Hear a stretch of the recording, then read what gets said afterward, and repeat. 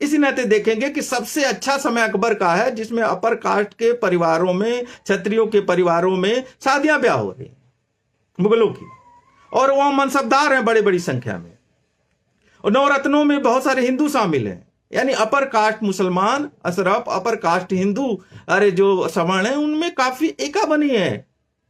और ऐसे कानून में बनाए गए हैं कि ब्राह्मणों के अलावा कोई पढ़ा नहीं सकता है, और दलित शूद्र विरोधी अकबर काल में कानून बन नहीं जाता। इसी तरह अंग्रेजों ने बाद में एक तरह से ऊपरी हिस्से से समझौता कर लिया, और जो उनकी प्रगतिशील भूमिका थी खत्म हो गई। उसी तरह मुस्लिम समूहों की जो प्रगतिशील भूमिका थी खत्म हो गई अकबर के आते आते, और एक तरह की जा सकते फिर इसके प्रतिक्रियावाद में बदल गई। वो राजनीतिक सामाजिक प्रतिक्रियावाद था।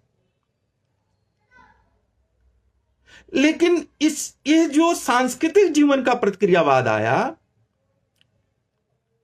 वो उसके सबसे मुखर अभिव्यक्ति, जैसा कि मुक्तिबोध लिखते हैं कि थोड़ा सूरदास में दिखता है, सूरदास तुलसी से पहले के हैं, लेकिन वो चरम रूप में है। तो जो तुलसी का रामचरितमानस है,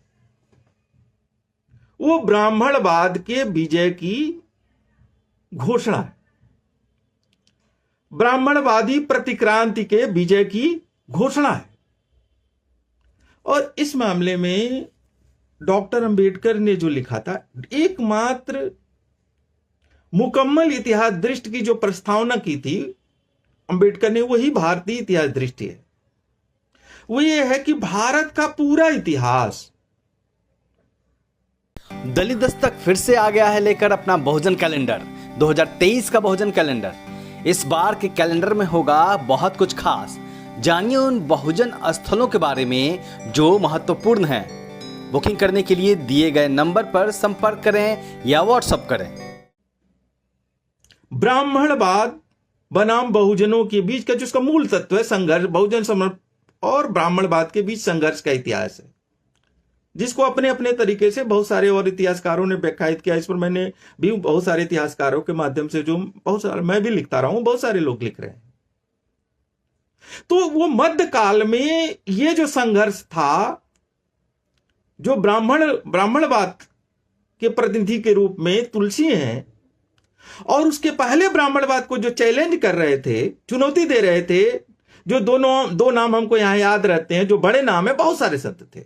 ये ज्यादातर संतों की इनकी क्या विशेषता थी? ये निर्गुण थे, ये दलित या पिछड़ी जातियों में पैदा हुए थे, ये उत्पादक वर्ग में पैदा हुए थे, मेहनतकश वर्ग में पैदा हुए थे, जिन्हें शूद्र कहा जाता है या दलित पिछड़ा कहा जाता है, वहां पैदा हुए थे। और एक और बात, ये शहरों में पैदा हुए थे, क्योंकि न तो अंग्रेजों के काल में और न तो सल्तनत या मुस्लिम काल में गांवों में जो प्रतिक्रियावाद का आधिपत्य नहीं टूटा था, शहरों में ही टूटा था।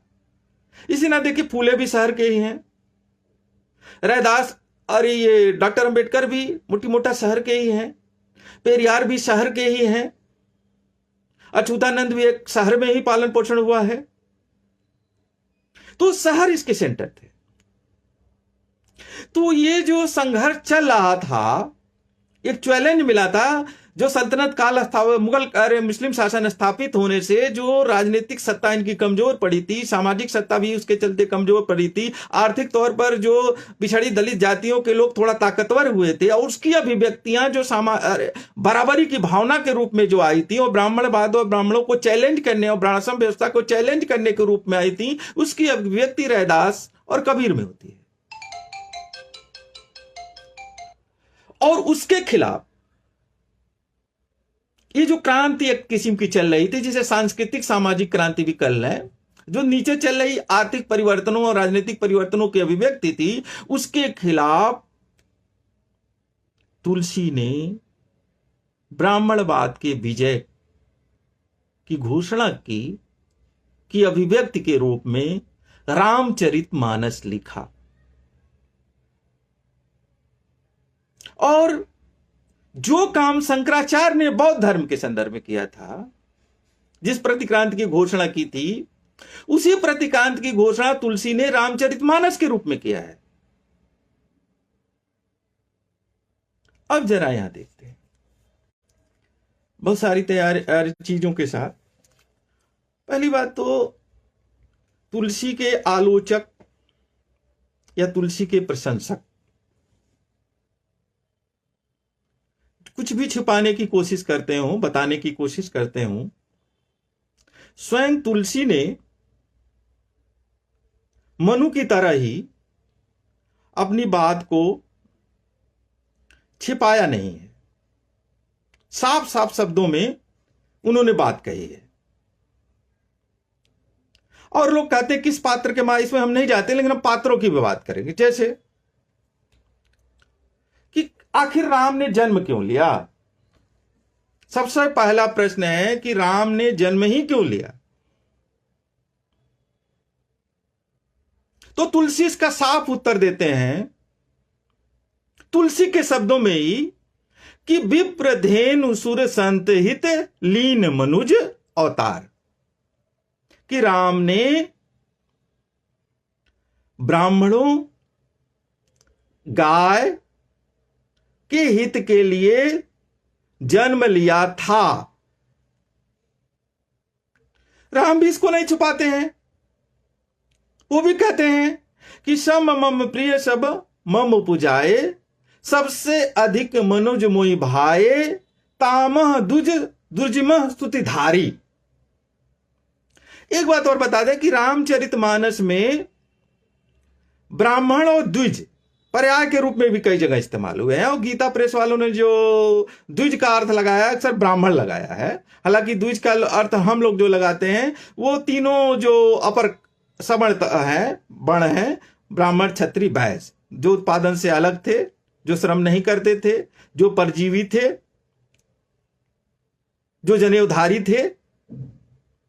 तो एक तो साफ साफ तुलसी ने कहा है, और तुलसी के राम ने साफ साफ कहा है कि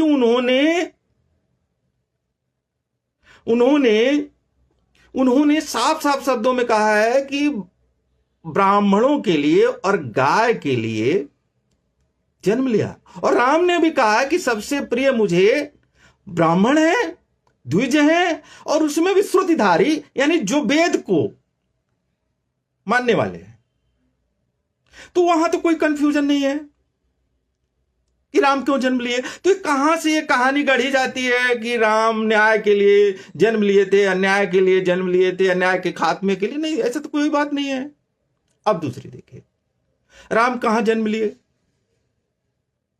राम अगर मान लेते हैं थोड़ी देर के लिए भगवान थे, या पैदा होने के बाद भगवान हुए, जो भी हो, या भगवान थे ही, तो जन्म किसके लिए यहां लिए? क्षत्रिय के यहां। जन्म कहां लिए? क्षत्रिय के यहां। यानी जो वर्ण व्यवस्था है उसमें जन्म लेते हैं वो क्षत्रिय के यहां। प्रश्न ये है कि वो किसी शूद्र के यहां क्यों नहीं जन्म लिए, किसी दलित के यहां क्यों नहीं जन्म लिए? क्यों तुलसी ने उनको क्षत्रिय के यहां ही उनका जन्म कराया? और किसके आशीर्वाद से जन्म लिए, और किसकी सलाह पर जन्म लिए? सिंघी ऋषि ने उनको खीर दिया तो उससे जन्म लिए, यानी ब्राह्मण के आशीर्वाद से जन्म लिए। क्षत्रिय घर में पैदा हुए, ब्राह्मण के आशीर्वाद से जन्म लिए। तो ये कुछ बात नहीं कहती है कि भाई ये वर्णाश्रम व्यवस्था में क्षत्रिय क्या जन्म ले रहे हैं और ब्राह्मण के आशीर्वाद से जन्म ले रहे हैं। इसके साथ ही इस पर विचार कीजिए, एक प्रसंग केवल रख रहे हैं कि राम ज्यों ही, कल भी मैंने थोड़ा सा इस पर लिखा था, राम ज्यों ही किशोर हुए